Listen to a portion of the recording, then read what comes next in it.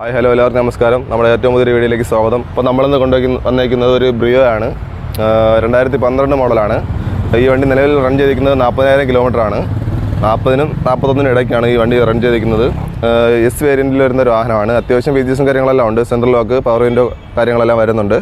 അപ്പോൾ നമുക്ക് വണ്ടി ഫുള്ളൊന്ന് കണ്ടു നോക്കാം.